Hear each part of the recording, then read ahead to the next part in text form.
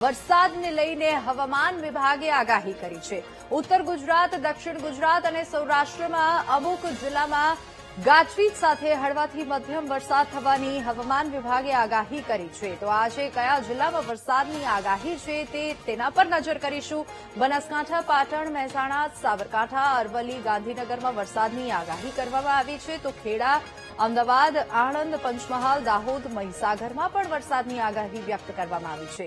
વડોદરા, છોટાઉદેપુર, નર્મદા, ભરૂચ, સુરત, ડાંગમાં પણ વરસાદની આગાહી હવામાન વિભાગે વ્યક્ત કરી છે.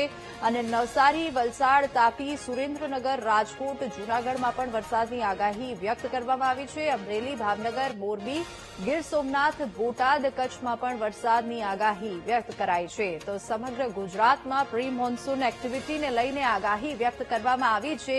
અને આજે કયા કયા જિલ્લામાં વરસાદની આગાહી છે તેના પર નજર કરીએ તો ઉત્તર ગુજરાત, કચ્છ, સૌરાષ્ટ્ર અને દક્ષિણ ગુજરાતના ભાગોમાં વરસાદ વરસે તેવી શક્યતા છે.